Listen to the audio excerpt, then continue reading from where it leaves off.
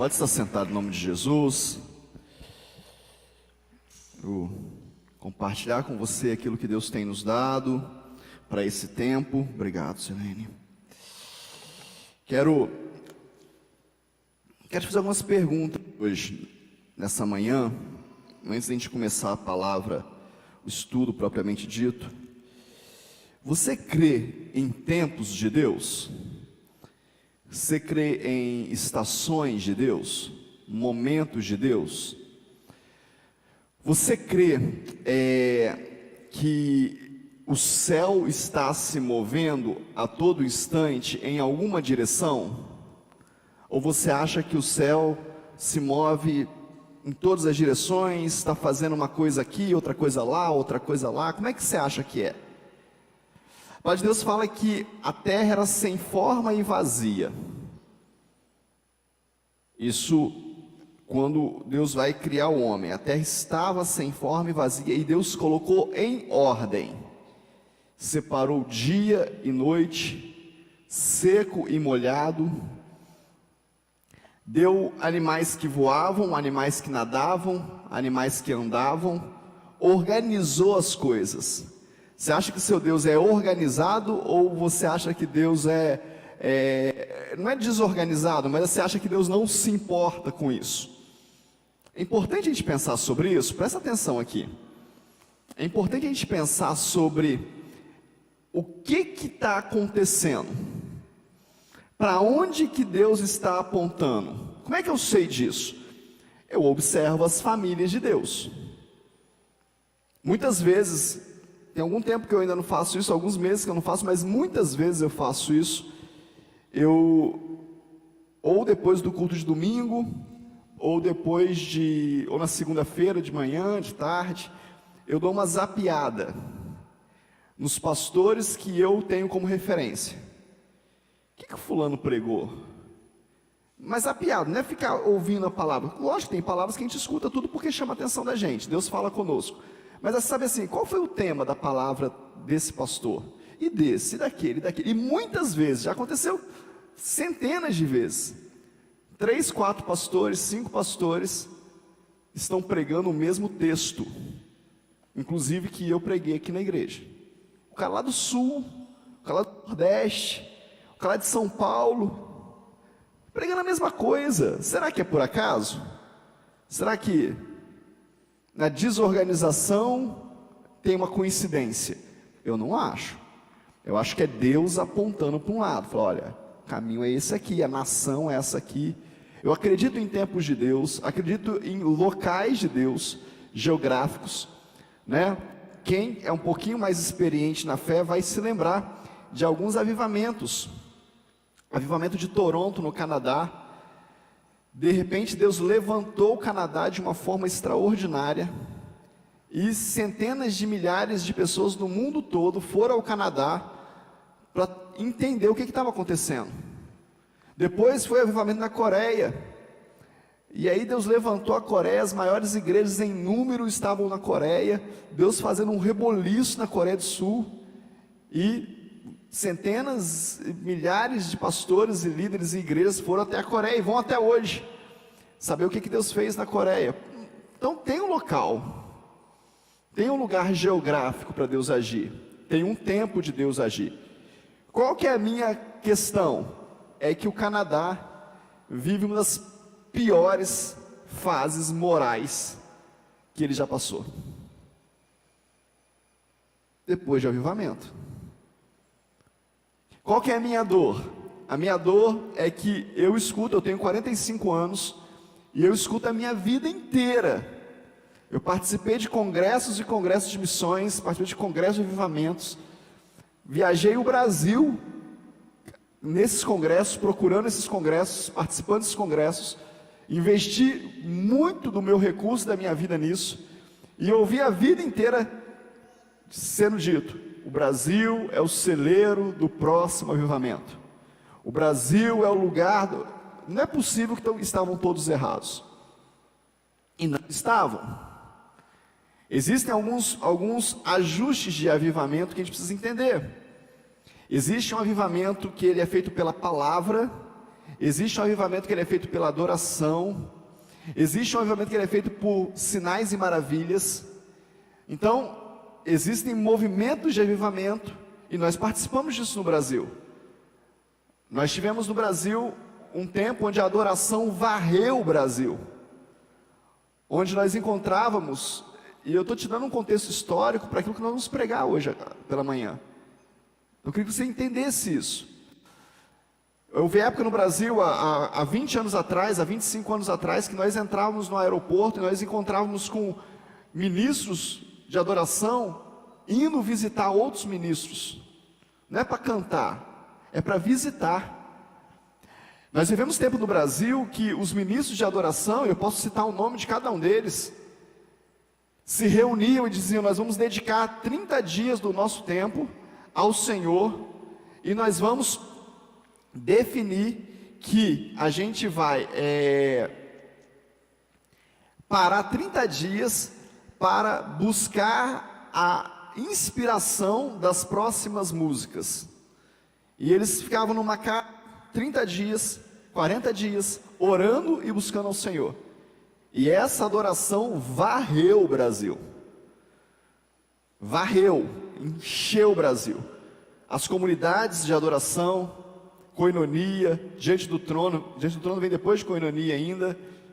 As comunidades de Vila da Penha, de Aurélio Gurgel, de tantos lugares. As vigílias de Bento Ribeiro. E aí você vê Marquinhos Gomes, você vê o Félix, você vê Aldacélia. Infelizmente hoje o Kleber Lucas na condição que está, mas foi um grande ministro de adoração no Brasil. Bispo Bené Gomes. E tantos outros, que Davi Sasser, que esteve aqui, fez parte disso, né? Um pouco depois, mas fez. E tantos outros foram levantados nessa nação como um derramar do Espírito Santo. E parece que passou, ou Deus deixou de levantar uma pessoa para levantar uma igreja. O que você pensa? Eu penso que esse tempo é um tempo de Deus levantar a igreja, e não uma pessoa, e não um nome. A igreja se tornará relevante como igreja. A igreja se tornará forte como a junção dela, a comunhão dela, e não quando alguém importante aparece. E eu não estou dando menos importância ou mais importância a essas pessoas são preciosas. Eu viajei muitas vezes para poder ouvi-los, para poder ser ministrado por eles. Muito do que eu prego aqui, muito do que eu absorvi como preletor, como pastor, pregador, eu absorvi desses congressos, de homens e mulheres que eram levantados com uma poderosa unção de autoridade. Mas parece que nós podemos perder o time, perder o tempo das coisas. Ontem nós estivemos, eu e a pastora Carla, lá no acampamento dos teens. Eles não se cansam, né? E pediram para que a gente fosse ministrar lá para eles. E eu vou te ser muito sincero, para mim é um desafio ministrar para adolescente. Eu trabalhei muito tempo com adolescente, muito tempo. E parece que eu perdi a linguagem, parece que eu perdi a comunicação. E eu falei, tá, vamos. E aí quando eu comecei a orar por isso, Deus começou a me mostrar o privilégio que Ele estava me dando, de ser pastor desses adolescentes. E eu fui para aquele lugar ontem assim com um senso de responsabilidade tão forte em Deus, dizendo, eu estou ministrando os pastores dessa nação. Daqui vão sair os profetas dessa nação, vão sair os pastores dessa terra. E quando nós chegamos lá, tinha uma presença de Deus tão preciosa. E Deus começou a falar conosco muito poderosamente. E nós fomos ministrar. E terminamos quase meia-noite, 11 e tal, debaixo de uma unção de Deus poderosa. Deus confirmando que Ele está levantando uma nova geração. Aí você fala assim, bispo, mas a minha geração nem passou. Deixa eu te falar um negócio. A psicologia e a sociologia diz que as gerações estão trocando de estação a cada 10 anos. A cada 10 anos brota uma nova geração. É muito rápido, gente. Antigamente era 60, 70 anos. E diz os estudiosos dessa área que passará a ser de 5 anos. Então, as coisas vão mudar muito rápido. Está nascendo, um pouco antes da gente se mudar para cá, a pastora Carla teve uma visão. E nessa visão, Deus falava para ela: está chegando um novo povo. E ela olhava, eram adolescentes. Está chegando um novo tempo. E nós cremos nisso. Só que, e você e eu? Qual que é a nossa parte? A nossa parte é forjar esses adolescentes. É forjar os nossos filhos. Os nossos filhos vão ser como flecha das nossas mãos. E quando eu falo de filho, eu não estou falando para você só do teu filho natural. Eu sei que alguns de vocês, o filho não está aqui. O filho já casou, já foi embora, está vendo outra vida. Eu sei que alguns de vocês nem filho têm, naturalmente falando. Mas eu estou falando de filhos da igreja. A nossa função, o nosso lugar hoje é fazer com que os filhos sejam como flechas na mão do arqueiro. Eles precisam ser lançados. Agora, não tem como lançar ninguém sem uma base. Qual que é a dificuldade e o atraso desse avivamento que Deus quer entregar ao Brasil? É porque falta base, falta alicerce. Quando nós não temos alicerce, quando nós não temos base, a gente é levado por todo tipo de vãs doutrinas. A gente se apaixona por qualquer coisa. E tem algumas coisas muito fortes que a gente tem vivido nesse tempo. Esse dia eu estava vendo uma pastora que morou nos Estados Unidos muitos anos, e ela tem vivido algo muito precioso na vida dela, e ela estava falando o seguinte: olha só, presta atenção, o Brasil está olhando para o passado. E aí por que ela está dizendo isso? Porque a gente precisa entender o momento dos Estados Unidos. Tem igrejas nos Estados Unidos que estão em extremo avivamento, vivendo salas de oração, tem, isso é precioso. Agora, deixa eu te falar um negócio. Tem igrejas no Brasil que perderam completamente a presença do Espírito Santo. E eles têm dito o seguinte: nós nos tornamos tão excelentes, que nós nem precisamos do Espírito Santo mais.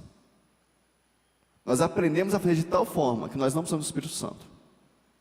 E nós estamos olhando para isso, nós olhamos mesmo. O Brasil tem uma ligação muito forte, e é natural e normal, eu não estou falando mal disso.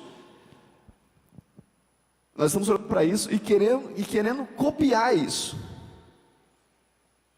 Por outro lado, e aí eu sei que existe um contexto de regime político muito diferente, então nós não vamos entrar nesse assunto, porque aí inverte o assunto, mas quando nós olhamos para a China, para a igreja perseguida, nós temos homens e mulheres que estão liderando a maior igreja do mundo, mas não tem púlpito, não tem telão, não tem cadeira, são igrejas subterrâneas, igrejas silenciosas. É o país e a nação que mais ganha pessoas para Jesus no mundo, mas nós brasileiros não olhamos para lá. Nós não queremos saber o que eles estão vivendo. Nós não nos importamos como que eles fazem para ganhar pessoas para Jesus. Porque o modelo que nós estamos olhando é um modelo que já passou. Eu contei já na terça-feira esse testemunho e vou contar de novo. Eu estava ouvindo uma missionária falando, e eu quero ver se eu consigo trazê-la aqui. A gente está começando a fazer contato. E ela contando que ela trouxe uma missionária chinesa ao Brasil. E quando entrou na igreja, a missionária ficou doida. Falou: meu Deus, que coisa linda, que auditório maravilhoso, que louvor maravilhoso, a presença de Deus é real. E as pessoas dançando, pulando, batendo palma, e ela ficou extasiada com aquilo. E quando acabou o culto, ela saiu pela porta, ela começou a querer falar de Jesus para as pessoas, ela parava as pessoas no meio da rua e queria falar de Jesus, e alguém disse para ela, calma, calma, não é assim, calma, calma.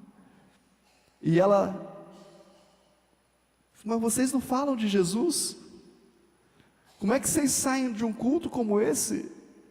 Como que vocês recebem tanto de Deus e ali fora vocês não falam de Jesus? E aí passou alguns dias, chegou o dia dessa missionária ir embora, e essa família fez um convite para que ela ficasse. Fica um pouco mais, fica com a gente, vem morar com a gente. Ela era uma pessoa extremamente perseguida na China. Ter esse alívio para você por um tempo. E ela disse, eu não posso ficar. Eu não posso ficar porque vocês não entenderam quem é Jesus.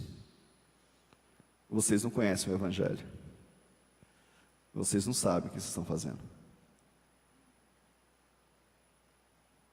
E deixa eu te falar um negócio. A gente está vivendo esse tempo.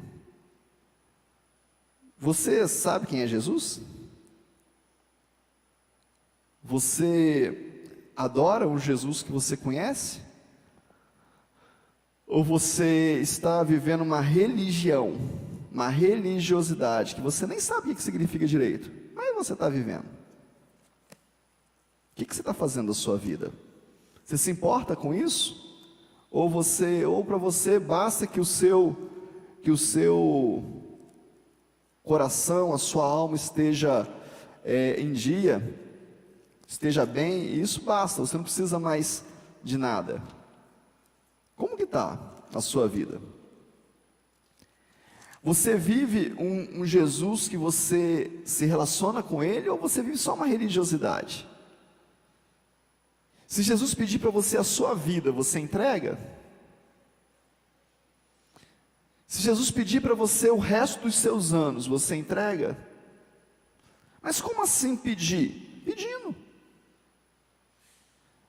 A gente se torna muito espiritual para justificar a nossa religiosidade. Eu vou te falar por quê. Eu vou te falar como. Pegar o André aqui de exemplo. André, Deus quer que você entregue para Ele o resto dos seus anos. Separe tudo. Essa conta do trabalho, Deus vai te sustentar isso na sua família. Aí o André, muito espiritual, fala assim, Deus te falou isso, pastor? Falou, mas Ele não falou comigo não.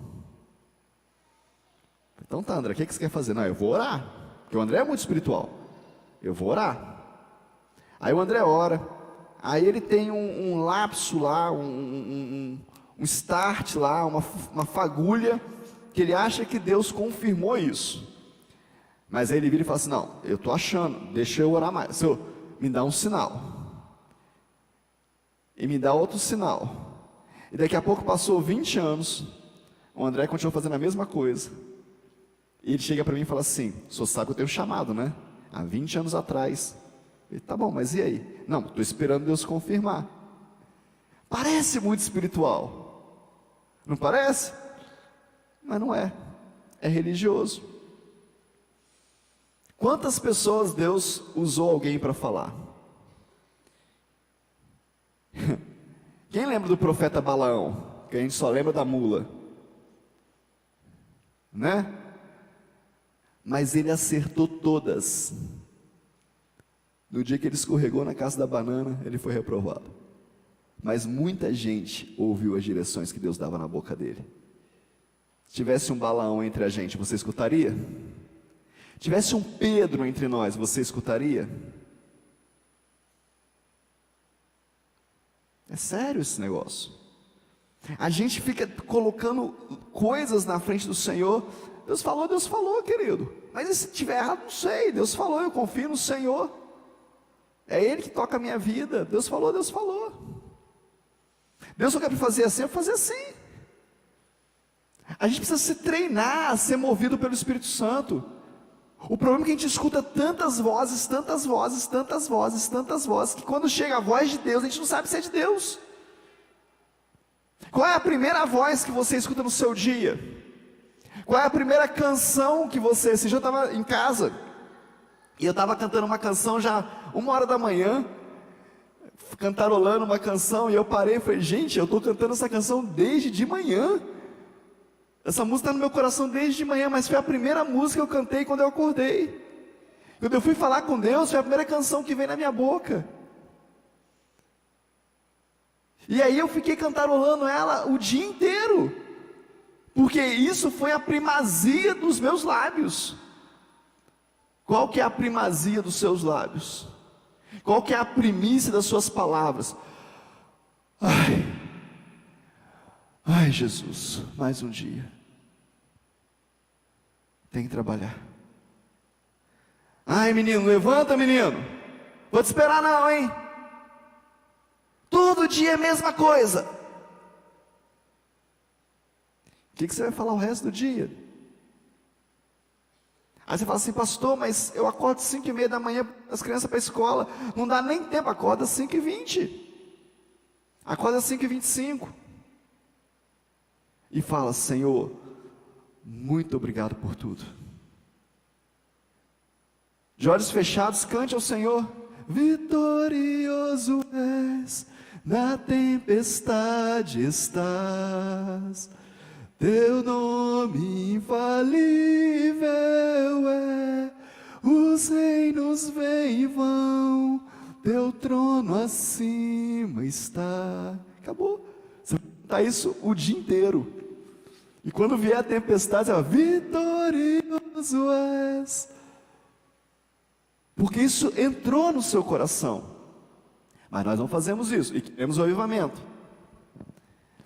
Nós não queremos viver essas verdades. Nós não queremos negociar e entregar aquilo que não presta. Mas queremos o avivamento. O texto de hoje é o último texto de Josué que nós vamos estudar nessa série, né? Abra sua Bíblia aí em Josué capítulo 24. Josué capítulo 24, é um pouquinho antes da morte de Josué.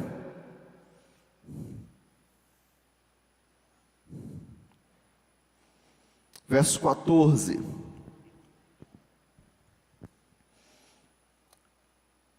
Diz assim: agora temam o Senhor e sirvam-no com integridade e fidelidade. Joguem fora os deuses que os seus antepassados adoraram, além do Eufrates e no Egito, e sirvam ao Senhor. Se, porém, não lhes agrada servir ao Senhor, escolha, pois, hoje a quem irão servir, se aos deuses que os seus antepassados serviram, além do Eufrates, ou aos deuses dos amorreus, cuja terra vocês estão vivendo. Mas eu e a minha família serviremos ao Senhor. Só esses dois textos. Qual é o contexto disso? Josué é o sucessor de Moisés, amém? Vocês estão ligados aí? Josué é o sucessor de Moisés. Lembra, lá no início de Josué, ser forte e corajoso. Guarda essas palavras no teu coração, não aparta elas da tua boca. São as ordens de Deus. Agora Josué está no final da sua vida, muitos anos depois. Ele chama os líderes, ele chama o povo e fala: olha só, vocês ainda estão em dúvida a quem adorar. Meu Deus. Um povo que passou o mar vermelho seco. Um povo que viveu as pragas do Egito. O povo que teve os primogênitos guardados. O povo que viveu o maná. O povo que viveu de tudo. Josué no final da vida fala: ei, vocês estão em dúvidas se vocês vão adorar o Deus dos teus antepassados, ou o Deus dos amorreus, ou o Deus dos deuses. Eu não sei qual vai ser a sua decisão, mas eu e a minha casa serviremos o Senhor. Olha que declaração poderosa, que a gente passa desapercebido. Quanto tempo você tem quem tem mais de 5 anos de crente aqui? 5 anos. Mais de 10. Mão levantada. Mais de 15. Mais de 20. Ah, só eu, né? Irmã ali. E mais de 25 anos. Quem mais? A irmã está ganhando comigo aqui, ó. Mais de 30. Mais de 35. Mais de 40. Mais de 45. É, gente, a irmã ganhou de mim. Vou te dar um bombom depois do culto, irmã. Deixa eu te fazer uma pergunta. Você já deixou Deus dos seus antepassados? O que é deixar os deuses dos nossos antepassados? A idolatria. Quantas tradições nós carregamos dos nossos antepassados? Quantos costumes nós carregamos? Eu quero te fazer uma pergunta. Bispo, costume é pecado? Costume não é pecado, desde que Deus não te peça. Imagina que Deus fala para você assim, não faça isso, passa a ser pecado.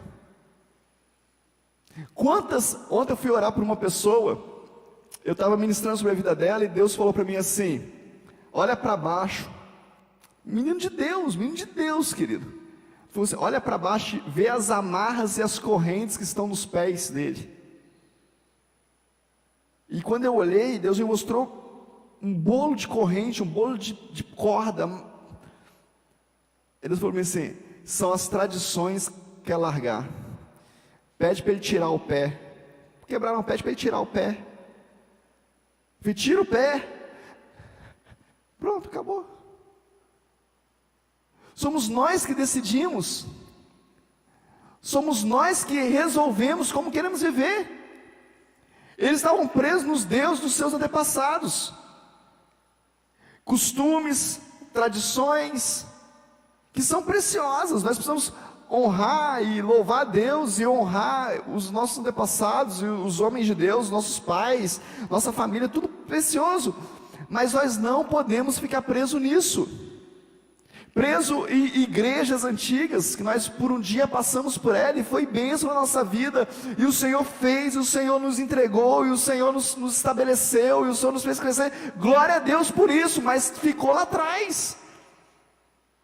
Imagina você vivendo em Canaã, esperando o maná. Tem um monte de crente vivendo a graça pela lei. Tem um monte de crente vivendo Canaã, está estabelecido em Canaã, mas vive esperando o maná, vive com atitude de deserto. Qual é a atitude de Canaã, querido? A atitude de Canaã é você adorar a Deus em todo o tempo. A atitude de Canaã é você colocar Deus em primeiro lugar na sua vida. A atitude de Canaã é você trabalhar, porque o Senhor, que é seu Deus, vai te fazer prosperar. Qual é a atitude do deserto? Esperar o maná cair, correr lá, colher, esperar o próximo dia. Essa é a atitude. A atitude deserta é esperar a nuvem mover. Ué, bispo, a gente não tem que esperar a nuvem mover, não? Em Canaã, a nuvem está movendo o tempo todo, querido. Em Canaã, a nuvem está sobre a igreja. Em Canaã tem um derramar do Espírito Santo. Em Canaã tem direções claras para a gente. Qual que eram as direções claras em Canaã? A partir de hoje não tem mais maná, mas tem prosperidade. Tudo que você plantar vai dar. Então em Canaã o primeiro princípio é plante. Quando você vai plantar é trabalhar. Plantar é você abençoar. Plantar é você não querer só para si. Plante. Antes da ordem de plantar, quando Moisés passa a direção para Josué, ele dá ordens para Josué, e Josué aplica o princípio de honra. Em Canaã precisa ter princípio de honra, porque nós somos péssimos nisso. Qual é a atitude de deserto? A atitude de deserto é a atitude de desonra. O que aconteceu? Por que Moisés não entrou na terra? Porque o povo irritou ele a um ponto que ele perdeu a linha. Moisés, você vai tirar a gente daqui para morrer no deserto? Lá pelo menos tinha cebola. Que Moisés foi desonrado por causa de cebola. É esse nível de desonra de deserto. No deserto a gente está irritado. No deserto é sol escaldante durante o dia e frio durante a noite, e escassez de alimento. No deserto é difícil você ter atitude de honra. Moisés sobe para falar com Deus, quando ele desce tem um bezerro. Sim ou não? Deserto. Deserto é apelativo. Deserto a gente aceita qualquer coisa. Crente no deserto vê horóscopo para sair de casa.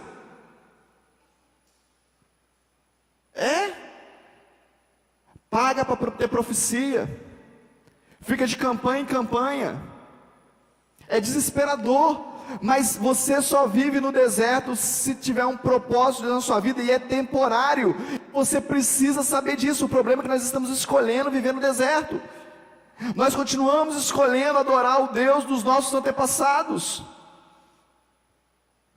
Quem consegue viver liberto para algo novo hoje? Eu quero algo novo na minha vida, tudo que vier de novo é do Senhor. Quantas vezes eu sou pego nessa armadilha, nessa ratoeira espiritual? Deus me fala um negócio, eu olho para um lado, olho para o irmão, olho e falo, não, se eu fizer isso eu vou chatear o irmão ali, vou magoar a irmã ali, se eu fizer isso vai dar, não vou fazer. Mas eu estou escolhendo magoar o meu Deus, eu estou escolhendo ser contrário ao que Deus mandou eu fazer. Esses dias eu estava conversando com uma pessoa e Deus falou comigo assim: eu quero que você coloque na mesa tudo aquilo que aconteceu, tudo. Para que, Jesus? Para quê? Para que eu vou trazer à tona coisas que já passou? Para que, Jesus? Eu quero. E queria deixa eu te falar, eu fiquei uns 5 dias pensando e falando com Deus, falei, Deus, eu não vou fazer isso, eu vou te desobedecer. Eu não quero essa indisposição, eu não quero esse problema, eu não quero tratar isso de novo, eu não quero trazer isso para minha vida de novo, isso vai me chatear, isso vai me magoar, vai magoar o irmão, para quê? E o Espírito Santo de Deus falava todo dia, é assim que vai resolver. E eu tive que chamar, sentar e colocar a mesa. Quando foi no outro dia, Deus me deu um sonho, uma outra pessoa. Eu falei, não Deus, não, deixa isso quieto. E aí eu ia conversar com essa pessoa, um outro assunto profissional, e sentamos na mesa para conversar, e eu coloquei no meu coração, eu não vou tocar nesse assunto, eu não vou entrar nessa esfera. E aí a pessoa virou e falou assim, pastor, essa noite Deus falou comigo isso e isso. O senhor sabe o que significa? Era exatamente o sonho que Deus tinha me dado. Eu abaixei a cabeça e falei, Jesus, sério? E falei, cara, deixa eu te falar, eu não ia te falar nada porque é cansativo, eu já te falei isso 20 vezes. Mas deixa eu te falar, Deus mandou falar isso para você. E foi um tempo de conserto, dele com Deus.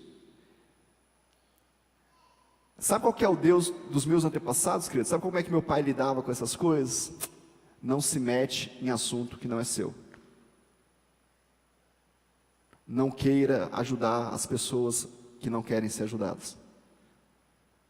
Não entre nesse assunto. Meu pai era conhecido como o irmão calado. Meu pai entrava num lugar e saía, ninguém ouvia a voz dele. Mas se alguém chegasse para falar assim, eu quero saber a sua opinião. Querido, a opinião vinha igual uma flecha. Mas se me perguntar, de graça, esse era o meu pai, só que Deus me colocou como profeta. O profeta não pergunta se você quer ouvir. O profeta fala. O profeta não pede licença. Só que a forma com que eu fui criado não é assim, então eu tenho que lutar contra isso. E eu preciso entender isso. Eu estava falando com os adolescentes ontem. Eu fui batizado com o Espírito Santo, eu tinha 10 anos de idade. De 10 para 11 anos. Eu não sei exatamente qual foi o mês, então não sei se era 10 ou se era 11, mas foi naquele ano ali. Eu sei disso porque com 11 anos a igreja queria me batizar nas águas, porque eu já era batizado com o Espírito Santo, então podia ser batizado nas águas e eu não quis. Eu falei, não, eu quero batizar com 12 anos, como a igreja fala que é 12 anos, então é 12 anos. Então por isso que eu sei que foi entre os 10 e os 11. Mas nesse período, e até minha adolescência, minha juventude, de 8, 6 até 15, 16 anos, eu já trabalhando, já fichado, tendo meu salário, meu pai falava comigo assim, você vai para a igreja comigo. E a igreja do meu pai não era a sede da igreja. A igreja do meu pai era as igrejas mais afastadas que existia na região. Era estrada de chão, era igreja sem luz. Fiz muitos cultos com lampião, os adolescentes nem sabem o que é isso, né? Lampião a gás, pendurado assim no teto da igreja, porque não tinha luz, não é que acabou a luz, não tinha. A igreja com fossa, já limpei fossa. Meu pai era esse cara. É esse cara do batente, esse cara do desbravar. Já matamos tatu dentro da igreja e comemos. Dentro da igreja. Entrou o tatu, a gente estava com fome. Não, vamos comer esse tatu. É esse tipo de situação que nós vivemos. Então, o meu pai, ele não viveu isso aqui que a gente está vivendo hoje. Mas eu posso falar com vocês, não, a igreja certa é a igreja lá da roça, a igreja pequenininha, tal. Isso aqui não, isso aqui está errado. Isso aqui é demais. Lá na sede, não, aquilo é demais, para que isso? Querido, deixa eu te falar um negócio. Deus, Ele te leva o caminho que Ele quiser. Só que nós muitas vezes estamos presos nos deuses dos nossos antepassados. Naquilo que os nossos antepassados elegeram como certo. E Deus quer te levar para um lugar maior. Ou para um lugar pelo menos diferente. Sabe o que Josué está falando para o povo? Olha só, vocês estão se perdendo novamente. Dediquem-se em adorar o Senhor. O capítulo 23, versos 6 e 10, deixa eu ler para você aqui, ó. Capítulo 23, no verso 6 fala assim, ó: façam todo o esforço para obedecer e cumprir tudo o que está escrito na lei de Moisés, sem se desviar nem para a direita nem para a esquerda. Não se associem com essas nações que restam no meio de vocês. Não invoquem os nomes dos seus deuses, nem jurem por eles. Não prestem culto, nem se inclinem perante eles, mas apeguem-se somente ao Senhor, o seu Deus, como fizeram até hoje. O Senhor expulsou de diante de vocês nações grandes e poderosas. Até hoje ninguém conseguiu resistir a vocês. Um só de vocês faz fugir 1000, pois o Senhor, o seu Deus, luta por vocês, conforme prometeu. Por que nós somos fracos? Porque nós nos prostramos diante de deuses que não são os nossos deuses, não é o nosso Deus. Aí você fala assim, bispo, então tá, eu vou me prostrar, mas e aí? Aí você vai ser dirigido por Ele, guiado por Ele, alimentado por Ele, sustentado por Ele, mantido por Ele. Aí você vai começar a ouvir a direção dEle, o que eu devo fazer, aonde eu devo ir, com quem eu vou lutar, por que eu vou lutar, onde o Senhor me quer nessa hora. O problema é que a gente não faz porque a gente não consegue vislumbrar o que vai acontecer.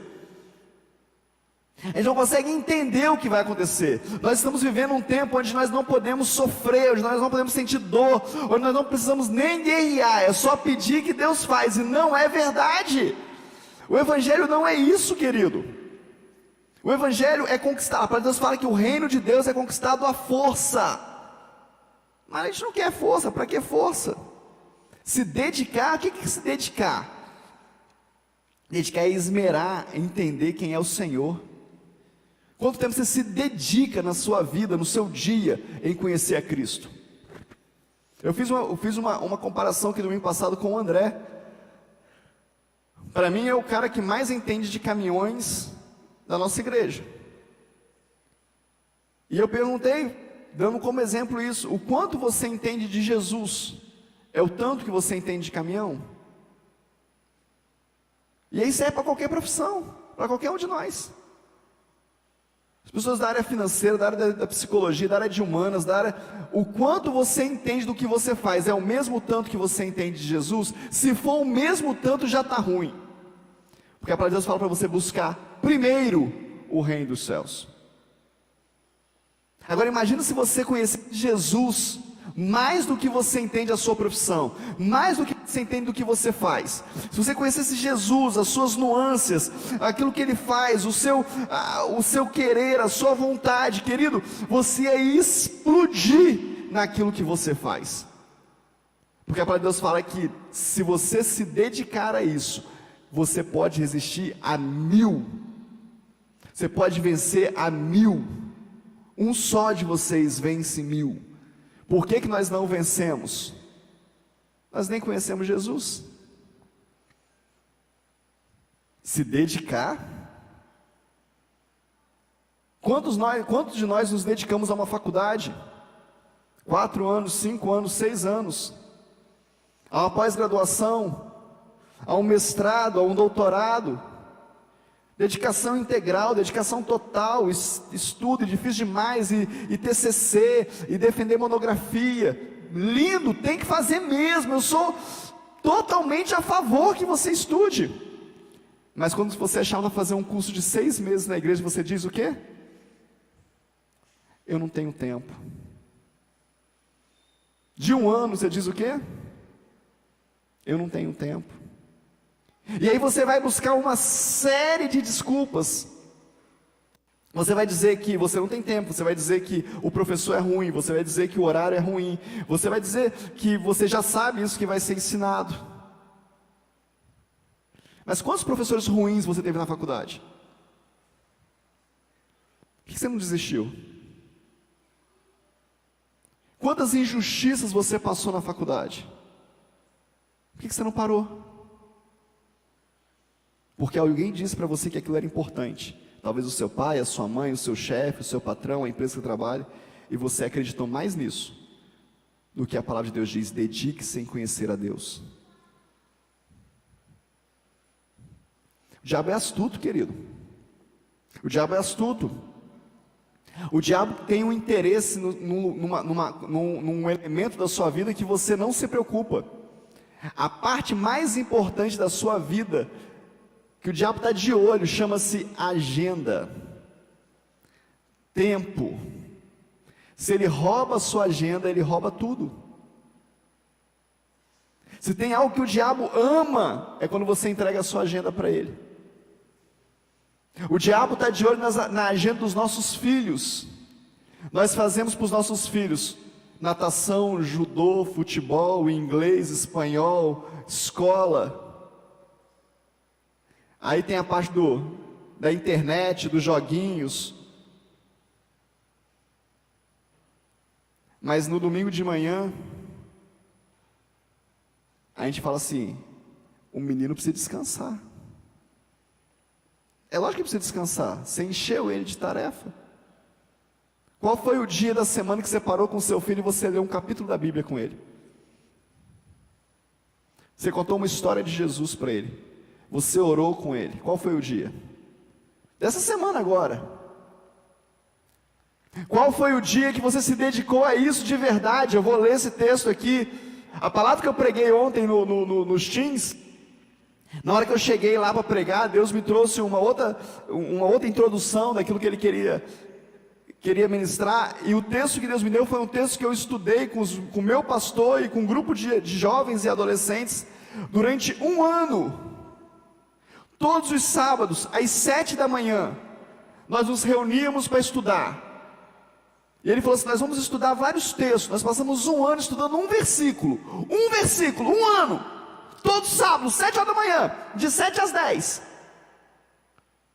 E ontem, quando eu cheguei na Campatim, o Espírito Santo, você se lembra daquelas ministrações sobre esse texto? Eu quero que você ministre sobre isso hoje.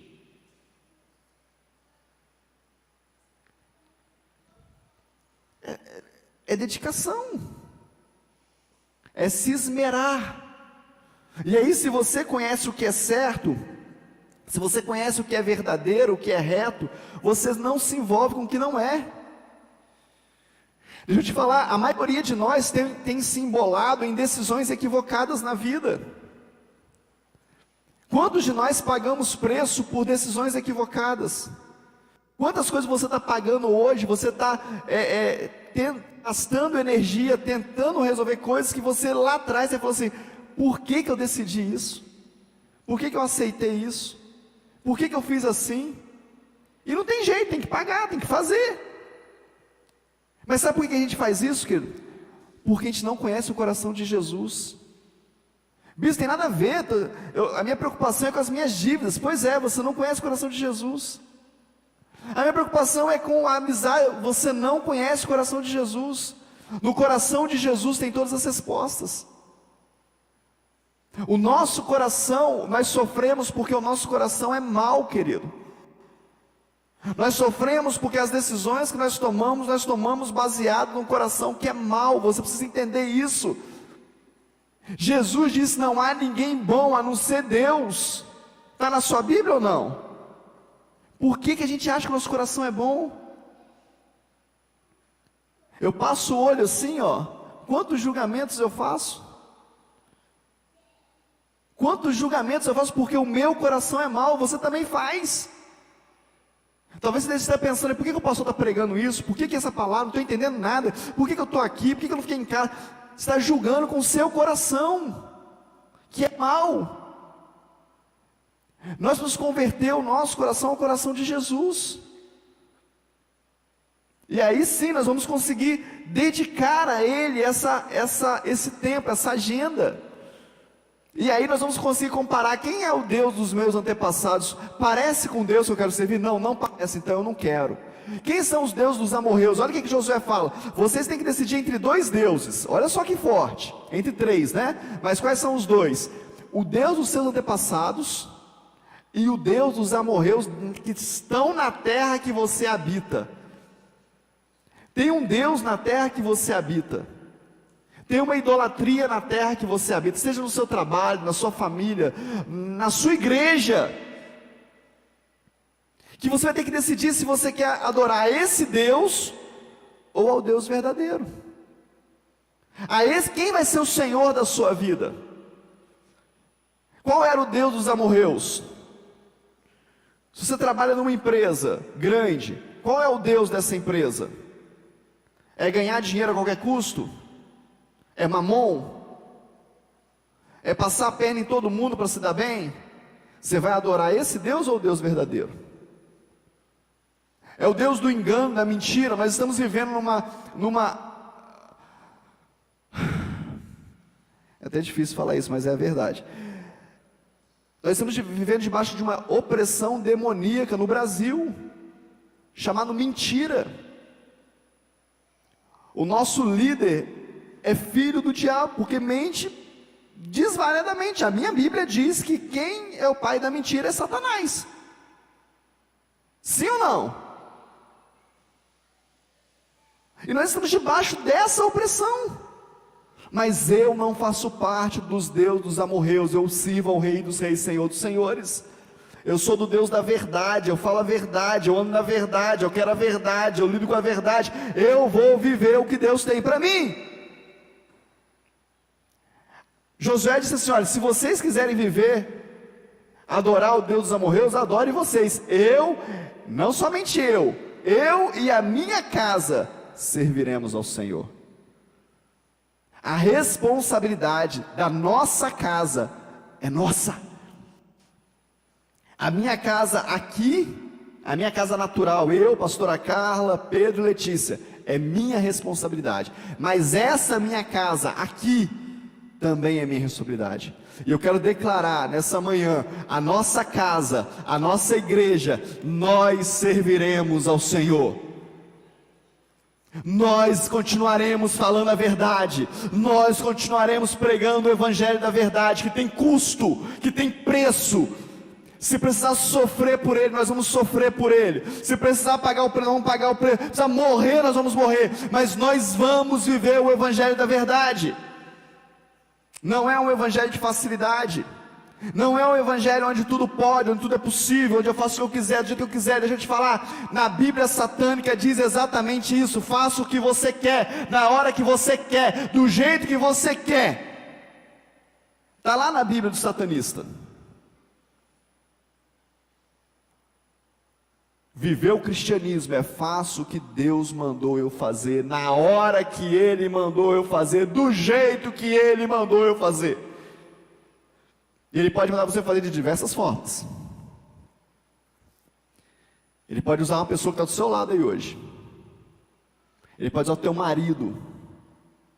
Ele pode usar o teu pastor, o teu chefe, um profeta, para dar uma direção de Deus na sua vida. Não pouse de espiritual para dizer, vou ver em Deus. Se você já estiver em Deus, aquilo que você está ouvindo vai testificar no seu coração. Você vai falar, isso aqui é de Deus, eu vou fazer, eu sei que é de Deus. Esse monte de prova que a gente faz só mostra o quão afastado nós estamos de Deus, que nós não conseguimos reconhecer a voz de Deus. Muita gente quer dar direção na nossa vida.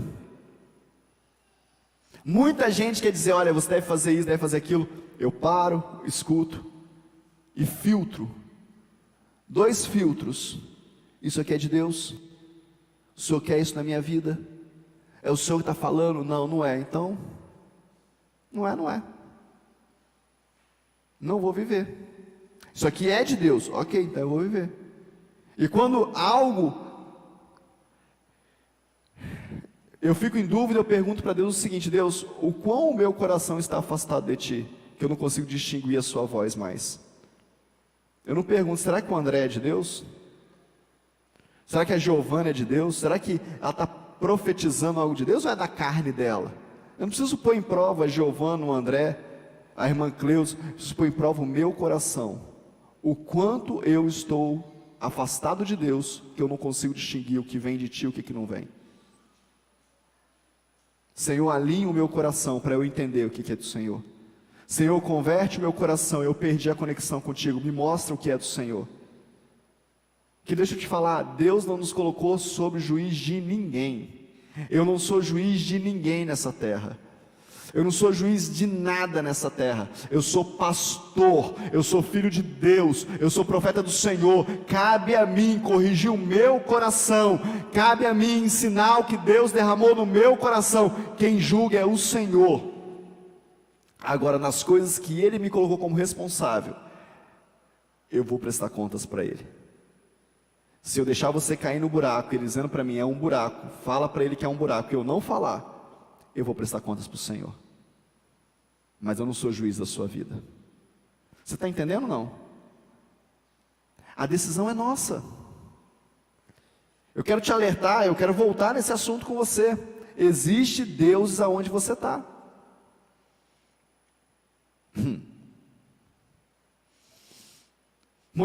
Josué foi discípulo de Moisés, querido. Meu Deus do céu.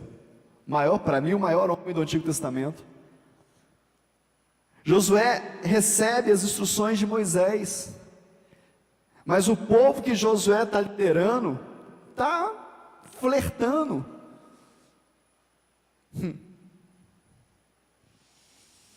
Quantas vezes nós flertamos com o pecado, flertamos com uma vida errante, e achamos que vamos manipular as coisas de Deus?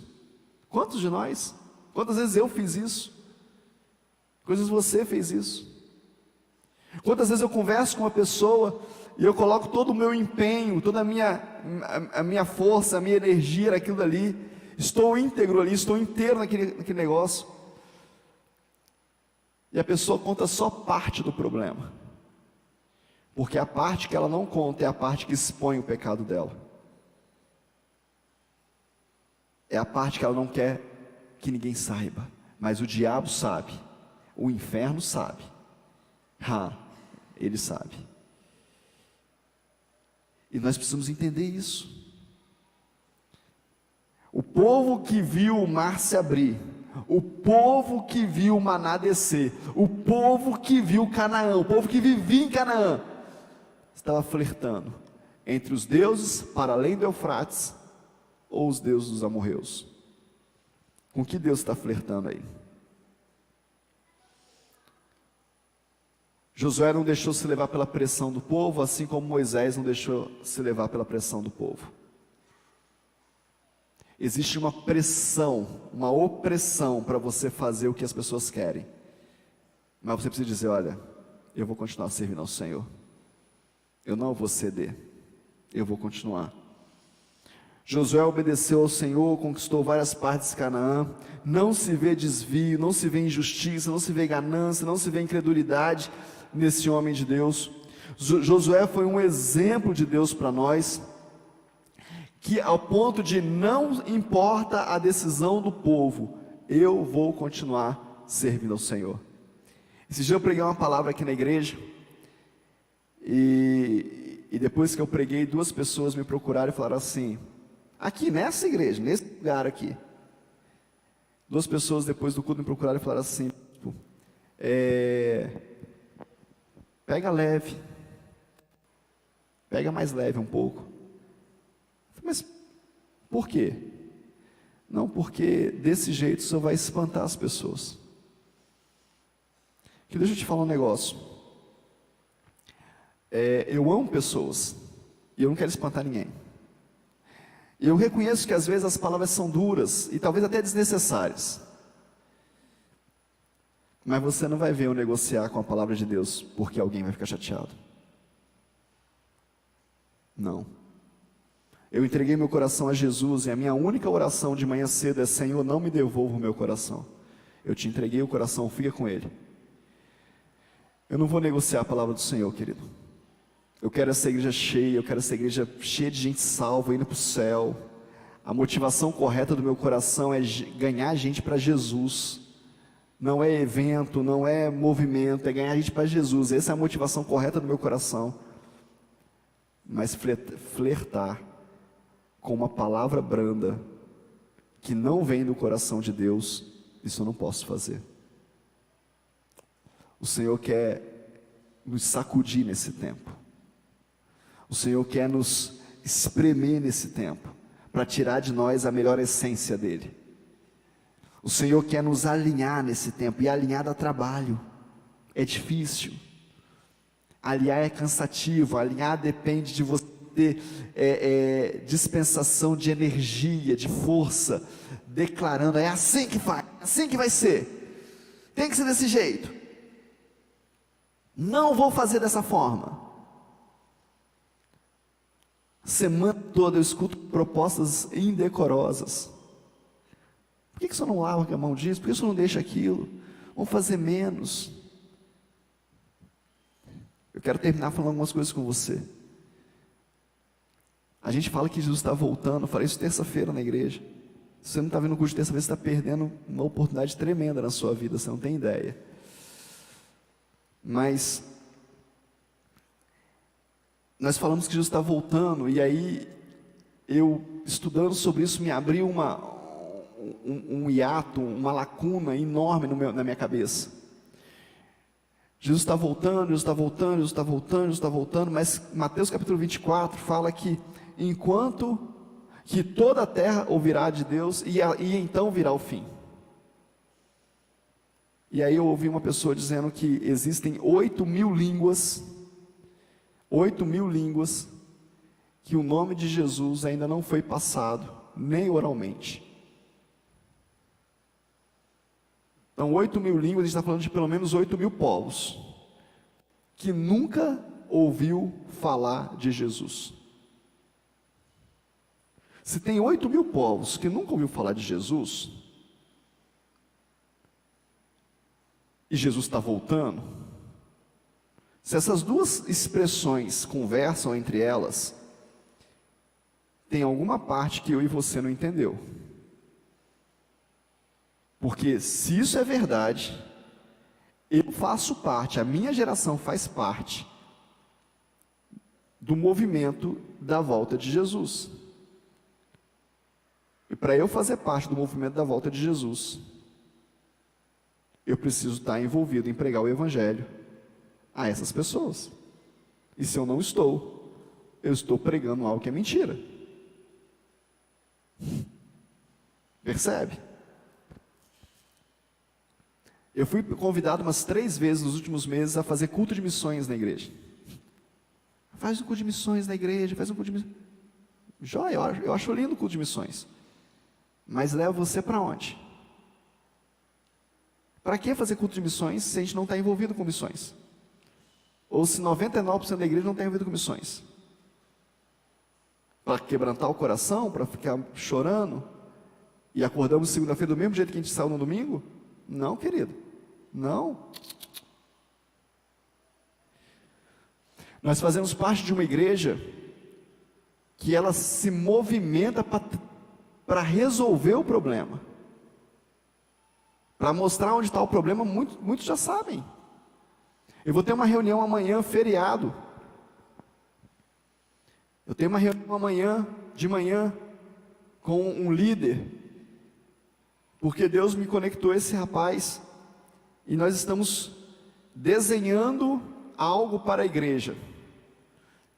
E ele muito ocupado, eu também ocupado, tentando achar um horário. Falei: pastor, feriado. Falei: topo, vamos embora, vamos no feriado. E nós estamos, se Deus alinhar o nosso coração, e foi isso, nós vamos trazer para essa igreja algo real, que vai ajudar a atingir os povos que precisam ouvir de Jesus. Porque esse é o papel da igreja. Você está entendendo ou não? Não adianta a gente dizer que a gente ama e a gente não faz nada, querido. E os amorreus estão matando a gente, destruindo a gente, porque a gente nem conhece esse Jesus que a gente serve. Qual foi a resposta do povo? O povo respondeu: longe de nós abandonar o Senhor para servir outros deuses, porque o Senhor é o nosso Deus, Ele é quem nos tirou a nós e aos nossos pais da terra do Egito, da casa de servidão. Ele é quem fez esses grandes sinais aos nossos olhos e nos guardou por todo o caminho que andamos, entre todos os povos, pelo meio dos quais passamos. O povo está dizendo assim: nós vamos servir ao Senhor. Joia. De domingo à noite, quem decide servir a Deus? Uau! Joia, lindo. Os próximos livros, os próximos anos, tinha que ter sempre um profeta dizendo: rapaz, você disse que ia servir o Senhor. Rapaz, o seu coração é do Senhor. Você precisa ser esse profeta na sua vida. Você precisa criar hábitos na sua vida de você se autocobrar. Eu preciso adorar o Senhor, eu preciso servir ao Senhor. Se você for uma pessoa muito ativa, você vai descobrir que toda vez que você baixa o seu nível de atividade abaixo do limite, a sua mente começa a vagar em coisas que não são de Deus. Se você é alguém que consegue ter contemplação, você vai descobrir que quando você não tem o seu tempo de contemplação, quando você fica muito ativo, na atividade você perde Deus.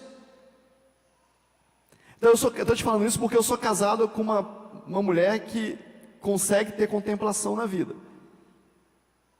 Então a pastora Cassala precisa ficar 5 horas dentro do quarto orando, ela fica. Eu não consigo.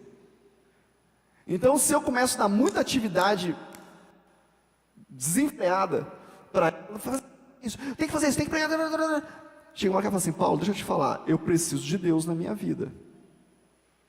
Preciso parar para ouvir Deus.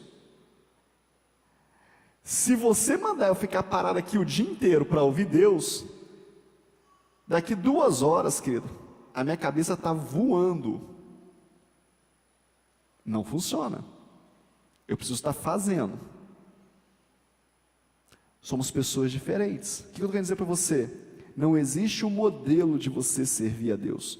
Não existe uma forma fechada de você ter relacionamento com Deus. Não existe uma maneira única de você ter o teu tempo com Deus. Mas o fato é, você precisa ter o seu tempo com Deus. O seu tempo de revelação de Deus. O seu tempo de cuidado de Deus. Bispo, qual que é a melhor hora que Deus fala com você para você preparar a mensagem? 5 da manhã, 5:30 da manhã. Dou aquela despertada, dou um pulo na cama, pego o celular, pego o computador, pego um papel, Deus começa. Manda eu preparar uma palavra 10 horas da noite. Querido, é terrível para mim. Não consigo, a cabeça não vai, eu não consigo. Só está afastado de Deus. Não, é o jeito que Deus me fez. E aí eu não posso julgar você. Você não pode me julgar. Porque nós não estamos aqui para julgar um ao outro.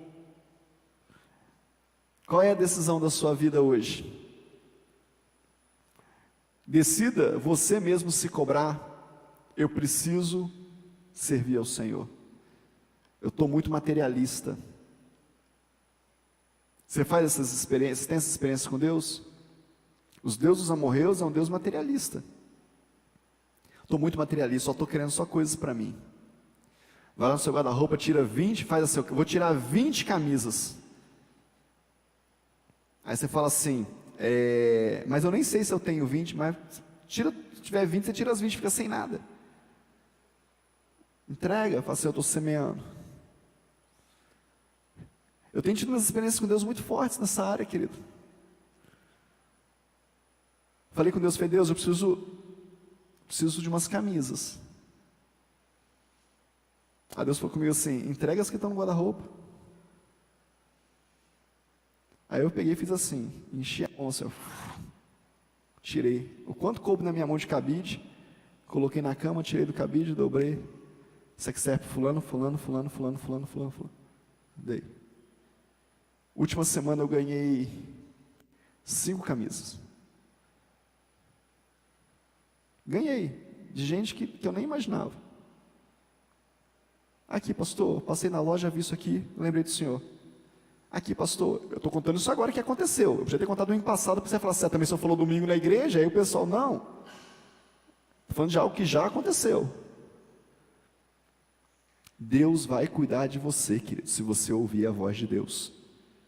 Deus quer te ver lindo, bonito, jovem, forte, com saúde, mas você precisa aprender a ouvir a voz de Deus. O que queremos é servir ao Senhor. Valeu a pena a correção, o esforço de Josué, o clamor de Josué, valeu a pena o temor de Moisés, valeu a pena que esse povo estava se formando um povo diferente daqueles do qual saiu do deserto. Mas se não vigiar, como não vigiaram, começam a sofrer de novo, na próxima etapa da vida. Quero orar com você nessa manhã. Será que você não está voltando para o lugar que você não deveria voltar? Será que você não está preso numa etapa que você não deveria estar? Será que não tem um amorreu na sua vida aí? Um Deus do outro lado do Eufrates? Tem um negócio no meu coração desde o início da palavra, eu estou tentando segurar, mas será que você não está vivendo o seu casamento da mesma forma que o seu pai viveu, que a sua mãe viveu, e você não entendeu que tem uma bênção para o seu casamento diferente? Será que você não entendeu ainda que existe um nível de autoridade em Deus que o seu pai não tinha, que a sua mãe não tinha, e você está vivendo a mesma história? E aí você precisa identificar isso, falar, eu não quero na minha vida. Eu quero mudança. E a mudança não começa no outro, a mudança começa em você. Eu mudo e o outro muda. Ah, bispo, mas eu já mudei tanto, não mudou o suficiente. Acredita na palavra de Deus, querido. Acredita no que o Senhor está falando conosco. Será que você não está idolatrando coisas e pessoas ao invés de adorar o Senhor? Ah, é tudo para o meu filho. Ah, é tudo para o meu marido. Ah, é tudo para minha esposa.